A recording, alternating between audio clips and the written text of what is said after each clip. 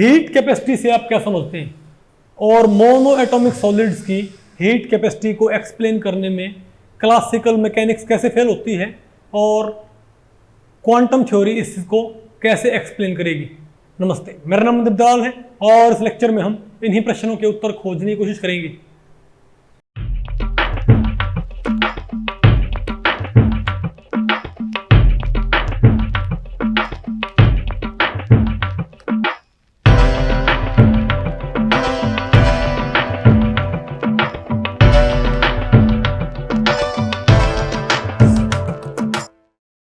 Okay, अब बताओ हम क्या पढ़ते हैं भाई, heat capacity of monoatomic solids. तो भाई इस टॉपिक को हमने टोटल 3 पार्ट्स में डिवाइड किया हुआ। पहले हम क्या पढ़ेंगे कि हीट कैपेसिटी होती क्या है, उसके बाद हम क्या पढ़ेंगे classical prediction of heat capacity, फिर हम क्या पढ़ेंगे quantum prediction of heat capacity. देखो मैंने आपको एक बात बताई थी कि जो 2 थ्योरीज हैं लाइट की, एक तो कौन सी थ्योरी है जो लाइट को क्या मानती है, वेव, यानी जो मानती है कि एनर्जी का एब्जॉर्प्शन या एमिशन क्या होता है कॉन्टिन्यूसली, और दूसरी क्या मानती है कि एनर्जी जो एमिट होती है, एब्जॉर्ब होती है, वो इन फॉर्म ऑफ पैकेट्स होती है। उसे हम क्या बोलते हैं, प्लैंक्स क्वांटम थ्योरी। ठीक है, तो जिस थ्योरी में आप लाइट को वेव मानते उसको बोलते हैं क्लासिकल थ्योरी, और जिस थ्योरी में आप लाइट को पार्टिकल मानते उसको बोलते हैं क्वांटम थ्योरी। क्वांटम मतलब पार्टिकल, इजंट इट। अब दिक्कत क्या है, मैंने आपको बताया था कि क्वांटम थ्योरी की लाइट की जरूरत क्यों पड़ी थी, क्योंकि 4 घटनाएं थी जिनको एक्सप्लेन करने में इलेक्ट्रोमैग्नेटिक वेव थ्योरी फेल हो जाती है। तो कौन कौन सी थी, एक तो था ब्लैक बॉडी रेडिएशन, वो मैंने आपको पढ़ा दिया। दूसरा था फोटो इलेक्ट्रिक इफेक्ट, वो मैंने आपको पढ़ा दिया। तो तीसरा क्या आपका हीट कैपेसिटी ऑफ सॉलिड। तो जो मोनो एटॉमिक सॉलिड होते हैं, आप कहोगे मोनो एटॉमिक सॉलिड कौन से होते हैं, वो सॉलिड जिसमें सिर्फ एक ही तरह के एटम हो। फॉर एग्जाम्पल हीरा, क्या जो डायमंड होता है, आपको पता होगा ना, डायमंड एक सॉलिड नहीं, क्या उसमें सारे एटम किसके होंगे, कार्बन के होंगे। क्या कॉपर एक मोनो, तांबा, आपके पास तांबे का कोई टुकड़ा है, उसमें सारे एटम किसके होते हैं, कॉपर के। आपके पास लोहे का एक टुकड़ा है, उसमें सारे एटम क्या होते हैं, लोहे के। आपके पास सोडियम टुकड़ा है, सोडियम का, उसमें सारे एटम क्या होंगे, सोडियम के। तो आपको पता है ना कि मोनोएटॉमिक सॉलिड क्या होते हैं, नहीं पता आपको। तो मोनोएटॉमिक सॉलिड्स की हीट कैपेसिटी को भी एक्सप्लेन नहीं कर पाई कौन सी, इलेक्ट्रोमैग्नेटिक वेव थ्योरी। यानी अगर आप ये मानते हो ना कि एनर्जी का एब्जॉर्प्शन या एमिशन कैसे होता है कंटिन्यूअसली, तो आप किसको एक्सप्लेन नहीं कर सकते, heat capacity of monoatomic solid. और क्या मान लेते हो कि एनर्जी का एब्जॉर्प्शन कैसा होता है और एमिशन कैसा होता है, क्वांटाइज्ड कैसा होता है, इन फॉर्म ऑफ पैकेट्स। ये बात मानते हैं क्या हो जाएगा, वो एक्सप्लेन हो जाएगा। तो आप कहोगे ऐसा होती क्या है, पहले तो हम आपको ये बताएं कि हीट कैपेसिटी होती क्या है। तो मैं आपको सिंपल वर्ड्स में, हालांकि आपका आगे भी आएगा भाई, 11th क्लास में आगे आपका थर्मोडायनेमिक्स भी है, वहां भी आएगा हीट कैपेसिटी, पढ़ रखा है। क्या होती है हीट कैपेसिटी, हीट कैपेसिटी होती है अमाउंट ऑफ हीट, क्या किसी भी चीज की amount of heat required to raise the temperature through 1 degree Celsius. किसी भी ऑब्जेक्ट का, किसी भी मटेरियल का तापमान 1 डिग्री सेल्सियस बढ़ाने के लिए जो हीट आपको चाहिए होती है क्या बोलते हैं, हीट कैपेसिटी। समझ गए बात। फॉर एग्जांपल आप मुझे बताओ, अगर आपके पास पानी है 25 डिग्री सेल्सियस पे, क्या तो इसको आपने पहुंचाना है 26 डिग्री सेल्सियस पे, यानी कि थोड़ा आपने इसे गर्म करना है पानी को। ओके, तो आपको हीट चाहिएगी ना, कि बिना हीट दिए ये गर्म हो जाएगा ना। तो हीट जो होती है वो एक तरह की एनर्जी होती है, और एनर्जी को हम किसे मापते हैं, जूल में। किसमें, तो कितने जूल हीट इस बर्तन को देनी पड़ेगी कि इसमें पानी क्या हो जाए, 26 डिग्री सेल्सियस। आगे आपको नहीं समझे बात, तो इसको बताओ हम क्या बोलेंगे, हीट कैपेसिटी। आगे आपको ठीक है। लेकिन तो ये तो हीट कैपेसिटी होती है, लेकिन ये जो हीट कैपेसिटी होगी ये अमाउंट ऑफ सब्सटेंस के ऊपर डिपेंड करेगी। किसके ऊपर भाई, के ऊपर डिपेंड करेगी। कैसे, आप ये बताओ, अगर आपके पास 1 बाल्टी पानी हो तो 1 बाल्टी पानी का तापमान 1 डिग्री बढ़ाने में ज्यादा हीट लगेगी, और 1 गिलास पानी का टेम्परेचर 1 डिग्री बढ़ाने में कम हीट लगेगी। नहीं आपको, तो क्या ये अमाउंट बढ़ाने से ये जो प्रॉपर्टी है इसकी वैल्यू बढ़ जाती है ना? नहीं आपको अमाउंट घटाने से क्या होगा? घट जाएगी। तो जिस प्रॉपर्टी की वैल्यू ज्यादा अमाउंट से जब ज्यादा है और कम अमाउंट से क्या है? कम आए, उसको बोलते हैं एक्सटेंसिव प्रॉपर्टी। क्या बोलते हैं इसको? तो हीट कैपेसिटी कैसी प्रॉपर्टी होती है? Extensive property. क्यों भाई? अच्छा, एक स्विमिंग पूल भरा है पानी का, उसका टेम्परेचर आपको 1 डिग्री बढ़ाना पड़ जाए, उसमें और भी ज्यादा क्या लगेगी? हीट लगेगी ना? नहीं आपको समझ में? अरे बोलो भाई। तो इसे हम क्या बोलते हैं? Heat capacity. अब मैं आपको बताऊं इसका, चलो मैं आपको फॉर्मूला बताऊंगा, इसका फॉर्मूला कैसे बनाते हैं। नहीं आपको, तो इसको तो बोलते हैं सिंपली हीट कैपेसिटी। अच्छा, एक होती है मोलर हीट कैपेसिटी। क्या? Molar heat capacity. Molar heat capacity क्या होती है? यहां पर तो आप कोई भी अमाउंट लो, उसका टेम्परेचर था ना, लेकिन 1 मोल सब्सटेंस का टेम्परेचर क्या? 1 डिग्री बढ़ाने में जो हीट लगी उसे क्या बोलेंगे? Molar heat capacity. समझो बात? जैसे 1 मोल पानी, कितना पानी होता है? 18 ग्राम पानी, क्योंकि वाटर के 1 मोलिक्यूल का मास कितना होता है? 18 एमयू, और वाटर के 6.02 10 की पावर 23 मोलिक्यूल का मास कितना होता है? 18 ग्राम। नहीं होता क्या? तो 1 मोल पानी कितना होता है? 18 ग्राम होता होगा। तो मैं कहूं वाटर की मोलर हीट कैपेसिटी का मतलब क्या होगा? कि 18 ग्राम पानी का तापमान, 18 ग्राम पानी का तापमान 1 डिग्री बढ़ाने में जो हीट लगी उसे हम क्या बोलेंगे? हीट कैपेसिटी पर मोल। क्या बोलेंगे? उसको बोलेंगे मोलर हीट कैपेसिटी। और एक होती है हमारे पास स्पेसिफिक हीट कैपेसिटी। क्या होती है? Specific heat capacity. समझे बात? आपको हो गई स्पेसिफिक हीट कैपेसिटी क्या होती है? स्पेसिफिक हीट कैपेसिटी क्या होती है? 1 ग्राम सब्सटेंस का टेम्परेचर 1 डिग्री बढ़ाने में जो हीट लगे वो क्या होगी? Specific heat capacity. नहीं आपको क्या? तो कोई भी अमाउंट हो, अगर अमाउंट डिफाइन नहीं कर रखी, 1 मोल है कि 1 ग्राम है, तो उसका टेम्परेचर 1 डिग्री बढ़ाने में हीट लगी, क्या बोलेंगे उसको? Heat capacity. और 1 मोल सब्सटेंस हो, उसका टेम्परेचर 1 डिग्री बढ़ाने में हीट लगे। जैसे अगर कोई आपसे पूछ ले डायमंड की क्या? डायमंड की मोलर हीट कैपेसिटी क्या होनी चाहिए? 1 मोल कार्बन एटम। क्या? 1 मोल हीरा। 1 मोल हीरा मतलब क्या होता है? 12 ग्राम का हीरे का टुकड़ा। 12 ग्राम के हीरे के टुकड़े को भाई, क्योंकि आपको पता ना 1 मोल कार्बन कितना होता है? 12 ग्राम कार्बन। तो 12 ग्राम हीरे के टुकड़े को 1 डिग्री गर्म करने में लगने वाली हीट क्या कहलाएगी? बताओ। Molar heat capacity of diamond.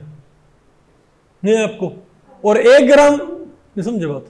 और 1 ग्राम हीरे को गर्म करने में लगने वाली स्पेसिफिक हीट कैपेसिटी। तो सिंपल बात है भाई, अगर अमाउंट 1 मोल या 1 ग्राम नहीं है, कोई भी अमाउंट हो, तो क्या बोलेंगे उसको? Simply heat capacity. लेकिन अगर आप हीट कैपेसिटी को क्या बोल दोगे? पर ग्राम या पर मोल, तो वो क्या हो जाएगा? मोलर हीट कैपेसिटी या स्पेसिफिक हीट कैपेसिटी। नहीं समझे बात? एक स्विमिंग पूल भरा है पानी का, उसका टेम्परेचर 1 डिग्री बढ़ाने में जो हीट लगेगी उसको मैं क्या बोलूंगा? Simply heat capacity. एक तालाब हो, एक भाई पूल हो पूरा, एक बाल्टी हो, कितना ही हो, लेकिन मैं स्पेशली क्या बोलूं?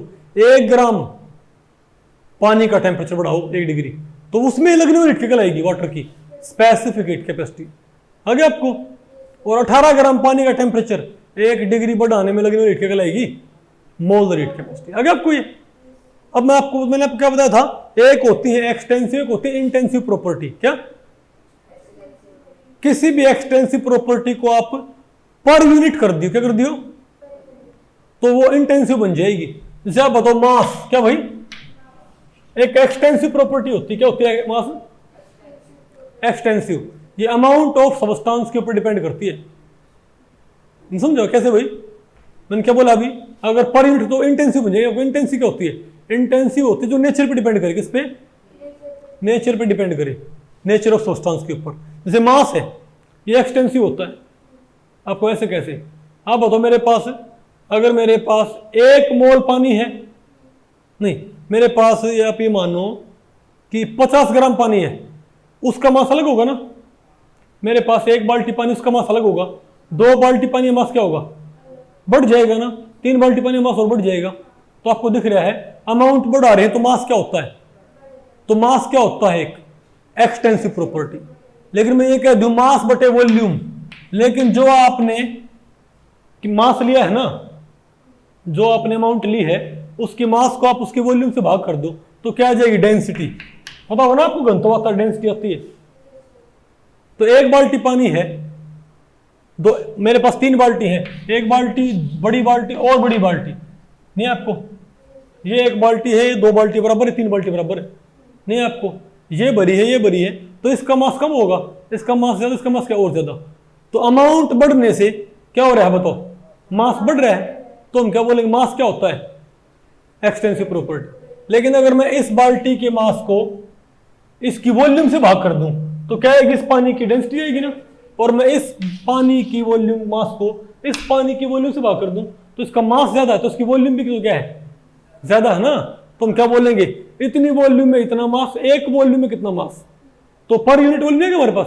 मतलब यहां पर वॉल्यूम क्या है 5, यहां वॉल्यूम क्या है 10, यहां वॉल्यूम क्या बताओ, मान लिया 15 है, नहीं है आपको, और यहां पर मास क्या मान लिया 100, यहां मास कितना मान लिया 200, और यहां मास कितना है 300, नहीं है आपको। तुम क्या बोलेंगे बताओ, तुम क्या बोलेंगे बताओ, 5 मास, 5 वॉल्यूम में मास कितना है 100, एक का कितना है 100 बटे 5 20, यहां क्या बोलेंगे 10 का कितना है 200, एक का कितना है 200 बटे 10 20, 15 वॉल्यूम में कितना मास है 300, एक का कितना 300 बटे 15 20।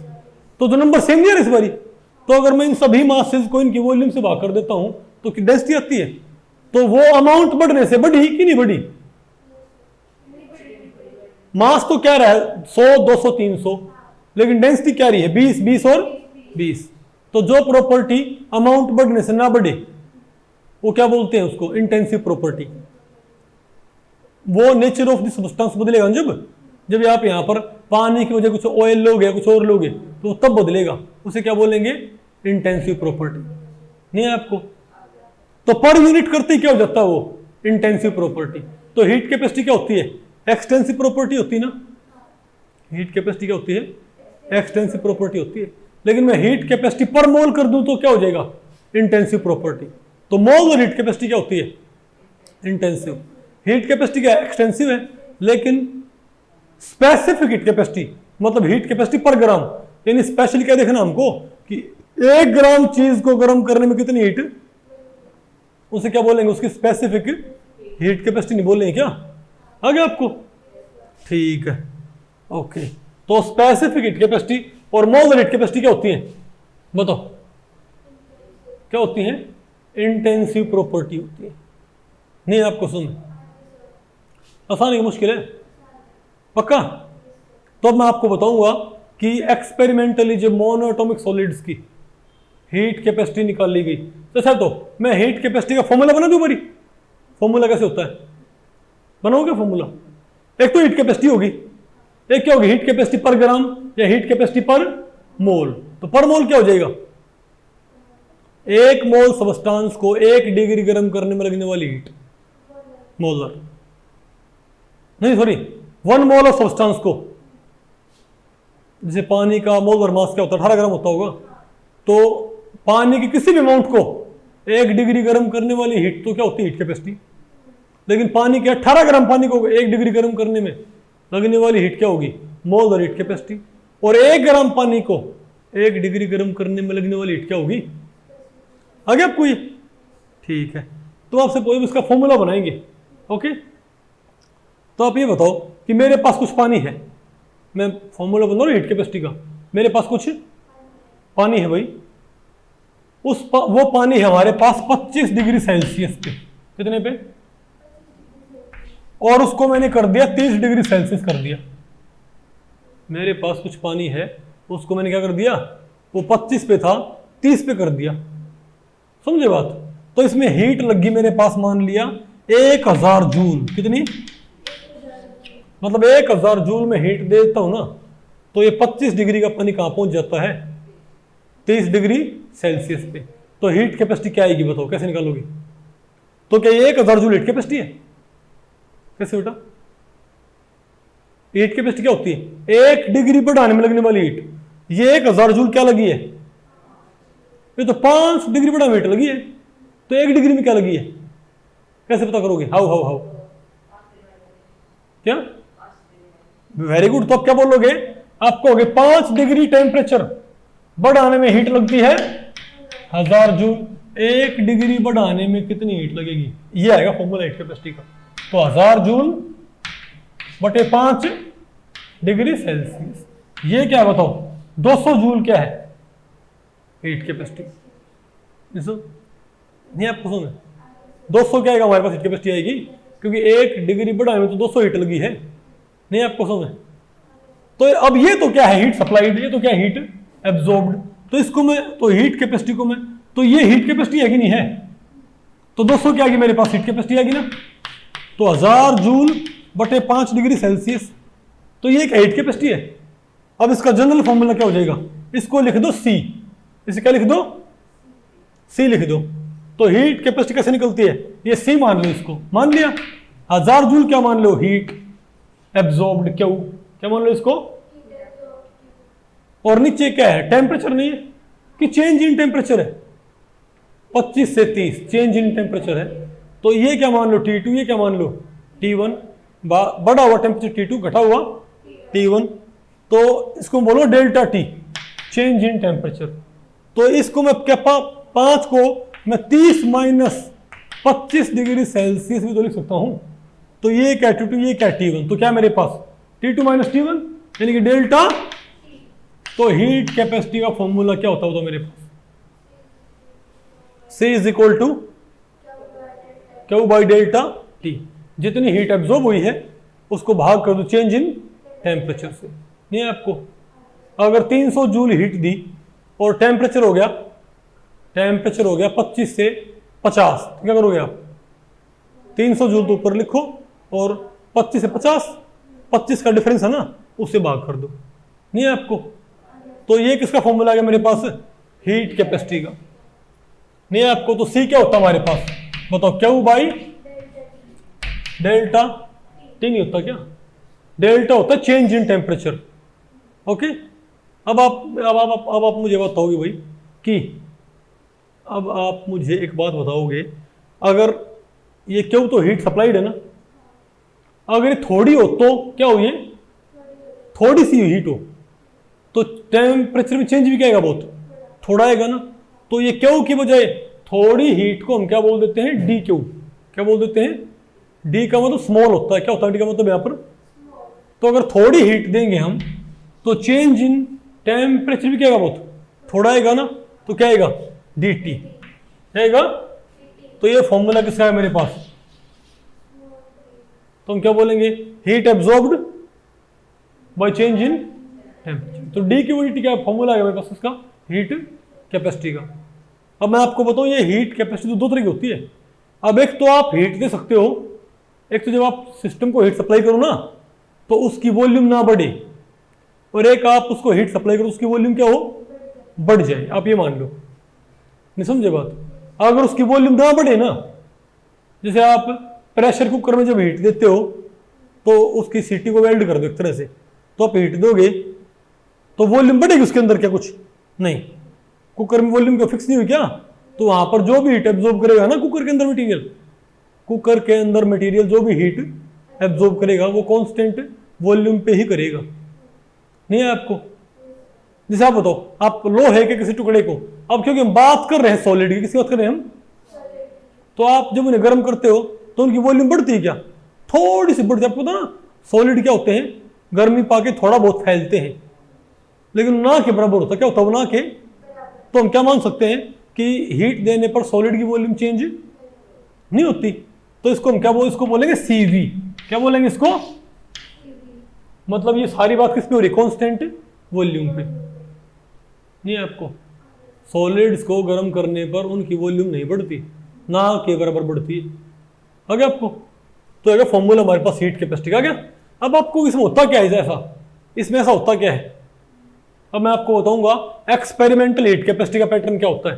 पहले फॉर्मूला आपको नहीं है, फॉर्मूला आपको है, तो जब साइंटिफिक कम्युनिटी ने देखा ना, ये तो क्या मान लिया टेम्परेचर, और ये बताओ क्या है heat capacity, molar heat capacity क्या है ये?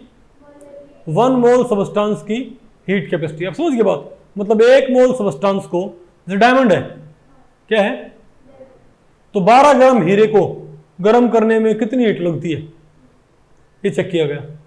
ये समझे बात? तो एक्सपेरिमेंटली पैटर्न ये आया, ये है 0 केल्विन। क्या ये 0 केल्विन है, तो ये पैटर्न आया एक्सपेरिमेंटली। इसका मतलब क्या है बताओ? इसका मतलब क्या है? ये 0 केल्विन है, आपको पता होगा ना, -273 डिग्री सेल्सियस को बोलते हैं क्या? 0 डिग्री सेल्सियस बर्फ नहीं जमती क्या? तो 0 डिग्री से 273 डिग्री टेम्परेचर क्या करो, कम ले जाओ, तो उसे क्या बोलते हैं? 0 केल्विन। तो ये पाया गया है कि नहीं, आपको ये तो मैंने क्या पाया है, मान लो ये, क्या मान लो, ये मान लो आप, इसको मान लो आप, मान लो 200 केल्विन, क्या मान लो इसको, इसका मतलब क्या है, 200 केल्विन पे 200 से 201 करने में हीट कम लगती है, और 300 से 301 करने में हीट क्या लगती है, ज्यादा लगती है। नहीं, आपको क्या दिख रहा है कि T बढ़ रहा है तो हीट कैपेसिटी बढ़ती है कि घटती है? बढ़ती है, और बहुत हाई पे जाके क्या हो जाती है, कांस्टेंट। इसका मतलब क्या मान लिया, फर्ज करो ये आपका 600 केल्विन है, कितना आपका ये, इसका मतलब क्या है कि 600 केल्विन से, और ये पाया गया, ये कांस्टेंट पाया गया 3R, कितना पाया गया ये 3R, R एक कांस्टेंट होता है भाई, नहीं समझे बात? मतलब ये पाया गया, अगर मैं किसी मोनोएटॉमिक सॉलिड को लेके, अगर मैं क्या लेके, कोई जैसे डायमंड होता है, मेरे पास डायमंड 600 केल्विन होगा ना, तो 600 केल्विन से डायमंड को 12 ग्राम का हीरे का टुकड़ा लो, ले लिया। इस ग्राफ को मैं अब एक्सप्लेन कर रहा हूं, 12 ग्राम का क्या लो, हीरे का टुकड़ा लो, एक्सपेरिमेंट लिए। तो अब 12 ग्राम के हीरे के टुकड़े को 600 केल्विन पे ऑलरेडी हो, 601 करने में हीट लगेगी, वो हीट नोट कर लो, नोट कर ली। फिर वही टुकड़ा लो 700 केल्विन पे, किस पे लो, फिर 701 करो उसको, तो ये पाया 600 से 601 करने में वही हीट लगती है, और 700 701 करने में भी सेम हीट। तो इसका मतलब क्या है कि हाई टेम्परेचर पे हीट कैपेसिटी क्या होती है, कांस्टेंट, कोई उसमें चेंज नहीं होता। मतलब हीरे को 600 से 601 करने में उतनी हीट लगती है जितनी हीट 700 701 करने में लगती है, जितनी 800 से 801 करने में लगती है, जितनी 850 से 851 डिग्री गर्म करने में लगती है, सेम हीट लग रही ना, एक डिग्री। लेकिन तो हम क्या बोलेंगे, हाई टेम्परेचर पे तो क्या हीट कैपेसिटी कांस्टेंट, लेकिन लो टेम्परेचर सब देखियो, बताओ, मान लो ये क्या मान लो आप, इसको मान 200 मान लो, तो 200 से 201 करने में क्या लगती है, कम हीट लगती है जितनी यहां पर लगी थी। मतलब 600 से 601 करने में जो हीट लगती है ना, उससे कम हीट लगती है 200 से 201 करने में। और 100 से और भी नंबर कम नहीं हो क्या, 100 से 101 करने में और भी कम हीट लगती है, 50 से 51 डिग्री गर्म करने में और भी कम हीट लगती है, और 0 केल्विन से 1 केल्विन पे पहुंचाने में तो बहुत ही। तो हमने क्या पाया कि हीट कैपेसिटी कांस्टेंट नहीं है, ज्यादा हीट कैपेसिटी किसकी होती है, हमने क्या पाया, हाई टेम्परेचर पे तो हीट कैपेसिटी क्या होती है, कांस्टेंट, लेकिन जैसे जैसे क्या होता है, टेम्परेचर कम होता है तो हीट कैपेसिटी घटती है। यानी किसी भी मोनोएटॉमिक सॉलिड को अगर वो कम टेम्परेचर पे है तो उसको 1 डिग्री गर्म करने में कम हीट लगती है, लेकिन वो क्या है, तो 1 डिग्री गर्म करने में ज्यादा हीट लगती है। नहीं आपको, अरे बोलो भाई। और इस डायमंड का नहीं है, सभी के ऐसे कर्व होते हैं, किसी सॉलिड का ऐसा, किसी का ऐसा, मतलब सभी, ये दिखा गया ऐसे बहुत। और तो एक्सपेरिमेंटली ये पाया गया, एक्सपेरिमेंटली, कि सभी मोनोएटॉमिक सॉलिड्स की हीट कैपेसिटी कैसे भी करती है, ऐसे।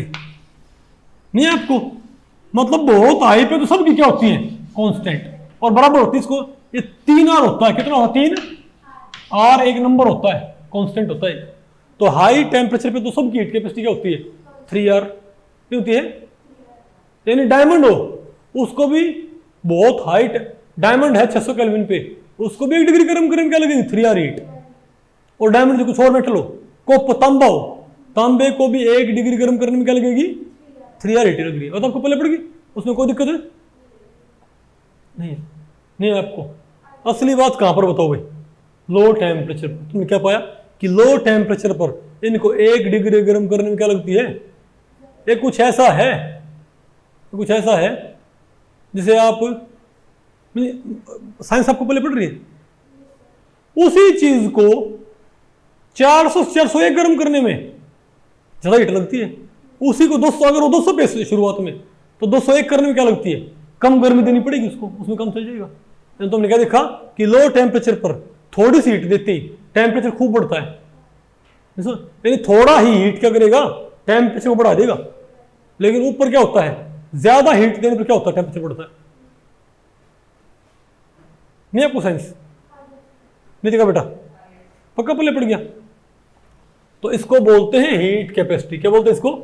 तो ये आपका एक्सपेरिमेंटल पैटर्न आ गया, ये आया। फिर आपको क्लासिकल मैकेनिक्स इसको एक्सप्लेन करने में फेल क्यों हो जाती है?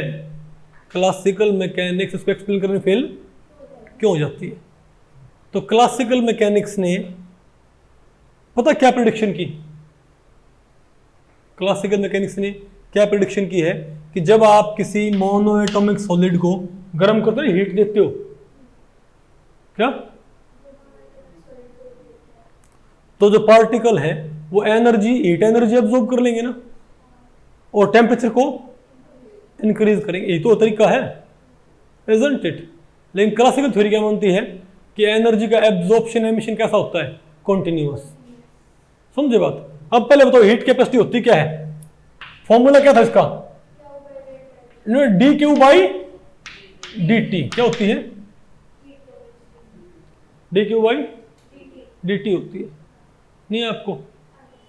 और मैं आपको बताऊं जो क्यों होती है ना, ये होती है एनर्जी। क्या होती है? जो एनर्जी एट कांस्टेंट वॉल्यूम हो ना, क्या बेटा? वॉल्यूम। उसको आप यहां पर ई से रिप्रेजेंट कर सकते हो। किससे? नहीं आपको सुन, फिलहाल ज्यादा मैं डिटेल में इसके जाऊंगा, समझे बात? लेकिन ये क्या है? इसको बोलते हैं इंटरनल एनर्जी। कांस्टेंट वॉल्यूम पे जो हीट दी जाती है ना, कांस्टेंट वॉल्यूम पे कोई चीज जो हीट एब्जॉर्ब करती है, वो क्या होती है? उसकी इंटरनल एनर्जी, उसकी एनर्जी होती है, उसके अंदर स्टोर्ड एनर्जी। उसको मैंने क्या शो कर दिया? इसे शो कर दिया। तो इसका मतलब आपको थोड़ा आपको पता है डिफरेंशिएशन का? आपको डिफरेंशिएशन का पता है क्या क्या होता है? नहीं पता डिफरेंशिएशन का? कोई बात नहीं। जैसे x होता है, दूरी होती है, तो d बाई डी टी लगा दो। क्या लगा दो? तो क्या बन जाएगा? ये वेलोसिटी। इसको बोलते हैं डिफरेंशियल ऑपरेटर। क्या बोलते हैं इसको? इसको डिफरेंशिएशन बोलते हैं, डी बाई डी टी को। नहीं आपको समझ? यानी variation of distance, change in distance by time taken. नहीं आपको? और आपने डी बाई डी टी लगा दिया किस पे? वेलोसिटी पे। ये क्या बन जाएगा? एक्सेलरेशन। क्या बन जाएगा? तो यहां पर इसका मतलब क्या है? अगर मैं एनर्जी का क्या कर दूं? D by D T differentiation. तो थोड़ा भैया आपको मैं आपको बताऊं, 12वीं क्लास में आपका एक चैप्टर होता है फिजिक्स में, मैथमेटिक्स वाला, वो आपको पता होना चाहिए। वैसे तो मैं आपको बताऊं डिफरेंशिएशन कैसे करते हैं। अगर मान लिया y इज इक्वल टू क्या है? x की 3 है ना, क्या? और कोई आपसे पूछे कि dy बाई डी एक्स क्या होगा? dy बाई डी एक्स क्या होगा? तो पता क्या होगा? बताओ। इस 3 को आगे ले आओ, 3x की 2 होता है। इसको बोलते हैं डिफरेंशिएशन। नहीं आपको? पावर को आगे ले आओ और एक पावर कम कर दो। x के ना क्या होता है ये? तो अगर e का मुझे क्या करना है? Differentiation with respect to temperature, तो मैं क्या करूंगा? पहले आपको ई निकालनी पड़ेगी। क्या? ई निकालनी पड़ेगी। तो आपको उस मोनो एटॉमिक सॉलिड के अंदर स्टोर्ड एनर्जी निकालनी है। क्या? तो वो कैसे निकालते हैं? ये मेरे पास मोनो एटॉमिक सॉलिड है, तो इसके एक एटम के पास पता है कितनी एनर्जी होती है? एक दिशा में। इसके एक एटम के पास एक दिशा में kT एनर्जी होती है। के एक कांस्टेंट होता है, टी टेम्परेचर होता है। तो 2 दिशाओं में क्या होगी? 2kT। 3 दिशाओं में क्या होगी? 3kT। टोटल मिला क्या होगी? kT kT kT होगी ना। तो मोनो एटॉमिक सॉलिड के एक एटम के पास, क्योंकि देखो हीट कैपेसिटी का फॉर्मूला क्या था? dE by D Q by D T था। लेकिन कांस्टेंट वॉल्यूम पे क्या बन जाएगा? मैं आपको बताऊं, dE बाई dt। तो अगर मैं यहां पर एनर्जी लिख के, अगर मैं मोनोएटॉमिक सॉलिड की यहां पर क्या लिख दूं, मोलर एनर्जी, क्या लिख दूं, और क्या कर दूं उसका डिफरेंशिएशन टेम्परेचर के रिस्पेक्ट में, तो क्या आ जाएगी मेरे पास, हीट कैपेसिटी आएगी ना, कि नहीं आएगी। तो मुझे मोलर इंटरनल एनर्जी निकालनी किसकी, किसी मोनोएटॉमिक सॉलिड की। तो कैसे करोगे, तो एक एटम की एनर्जी निकाल के उसे किससे मल्टीप्लाई कर दो, नंबर ऑफ एटम से। एक मोल में कितने एटम होते हैं, एक मोल में एटम कितने होते हैं, 6.02, 10 की पावर 23 होते होंगे। तुम क्या कहूंगा, एक एटम के पास एनर्जी कितनी होती है, 3 kT। एक एटम के पास बेटा कितनी एनर्जी होती है, 3 kT। 6.02, 10 की पावर 23 एटम के पास कितनी एनर्जी होगी, इसे मल्टीप्लाई कर दो, नहीं आपको सुनने। तो 6.02, 10 की पावर 23 इंटू 3 kT आ गया ना। अब ये क्या होता है, एवोगैड्रो नंबर। क्या होता है, एवोगैड्रो नंबर होता होगा। इसको k से मल्टीप्लाई कर दो, क्या होगा ये 3NKT नहीं हो गया। इसको बोलते हैं गैस कांस्टेंट। क्या बोलते हैं इसको, ये एक और कांस्टेंट होता है, कांस्टेंट इंटू कांस्टेंट क्या हो गया, नया कांस्टेंट R, तो 3RT। तो किसी मोनोएटॉमिक सॉलिड में पर मोल कितनी एनर्जी होती है, 3RT होती है, नहीं है आपको। तो बेटा C क्या आ गया मेरे पास, तो dE बाई dt। ऊपर यहां पर क्या लिखो, 3RT। अब 3RT का आपने करना क्या बताओ, डिफरेंशिएशन करना होगा ना। तो कैसे करते हैं, कांस्टेंट को वैसे ही रखो, 3R तो वैसे ही रखो, रखा, T की पावर 1 है, डिफरेंस T के रिस्पेक्ट में है, पावर आगे ले आओ, एक आगे ले आए, और इसकी पावर एक कम कर दो, तो 1 इंटू T की पावर 1 माइनस 1। क्या बोला था, डिफरेंशिएशन कैसे करते हैं, पावर आगे ले आओ और इसकी पावर में से कम कर दो, तो 1 माइनस 1 0 आ गया मेरे पास। ये T की पावर 0 क्या हो जाएगा, 1। अरे 1 आगे आ गया और इसमें से घटा दो पावर, तो 3R इंटू 1 आगे और T की पावर 1 माइनस 1 0, तो 3R आ गया ना मेरे पास। तो क्या है मेरे पास हीट कैपेसिटी 3R। तो मैंने क्या पाया कि मोनोएटॉमिक सॉलिड्स की हीट कैपेसिटी क्या होनी चाहिए, 3R होनी चाहिए। अब इसमें क्या टेम्परेचर है, नहीं ना, इसका मतलब सभी मोनोएटॉमिक सॉलिड्स की हीट कैपेसिटी कांस्टेंट होनी चाहिए, इंडिपेंडेंट ऑफ टेम्परेचर। तो क्या पाया, क्या है ये, इसमें T है ही नहीं, T नहीं, इसका मतलब क्या है कि सभी मोनोएटॉमिक सॉलिड्स की हीट कैपेसिटी क्या होनी चाहिए, टेम्परेचर के इंडिपेंडेंट। मतलब कोई भी मोनोएटॉमिक सॉलिड हो उसकी हीट कैपेसिटी कैसे होनी चाहिए, 3R। मतलब उसको 0 केल्विन से 1 केल्विन करने में क्या लगे हीट, 3R।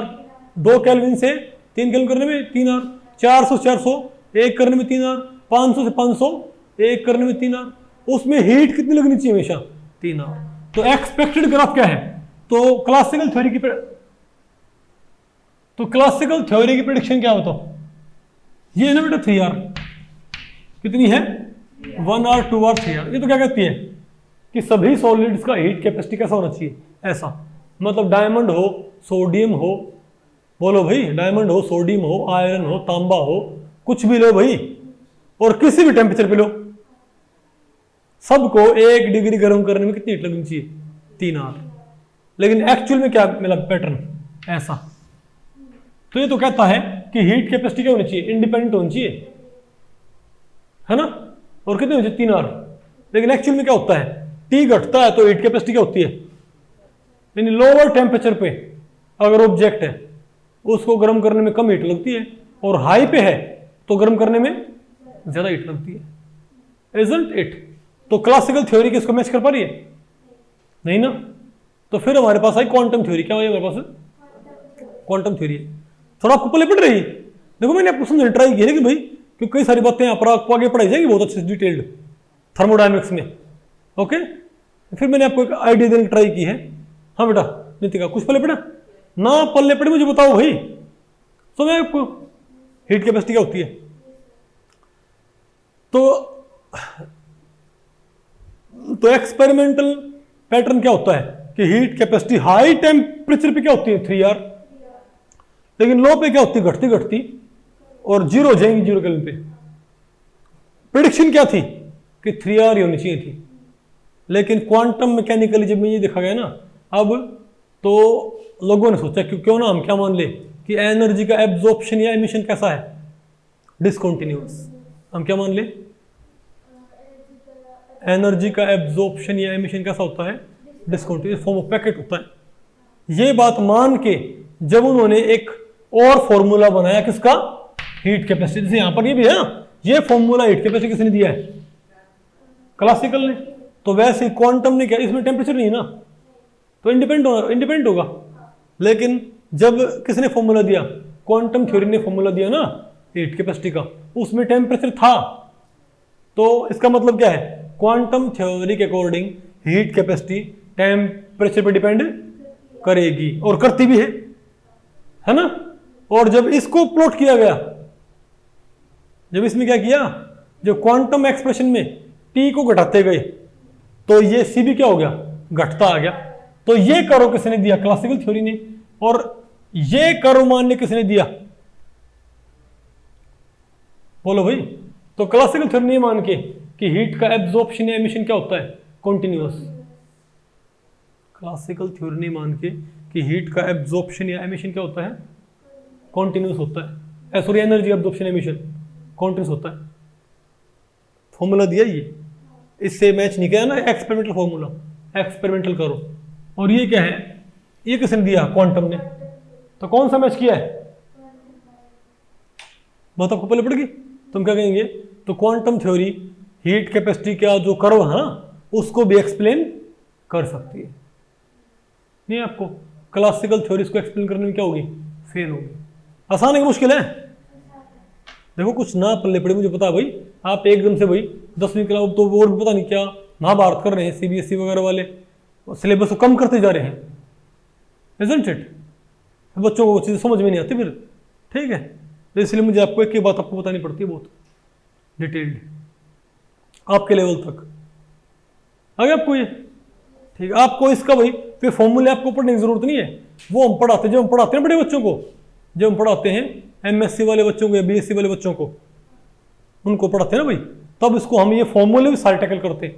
लेकिन आपको ये सब पढ़ने की जरूरत नहीं है, आप सिर्फ ये देखो, ये तो क्या है, एक्सपेरिमेंटल हीट कैपेसिटी करो, ये क्या है, क्लासिकल थ्योरी का हीट कैपेसिटी, और ये क्या है, क्वांटम थ्योरी का हीट कैपेसिटी। तो किसकी प्रिडिक्शन मैच कर रही है, क्वांटम। तुम क्या बोलेंगे, क्वांटम थ्योरी ने heat capacity of monoatomic solid भी एक्सप्लेन कर दी। आगे आपको, तो भाई इस लेक्चर में इतना ही।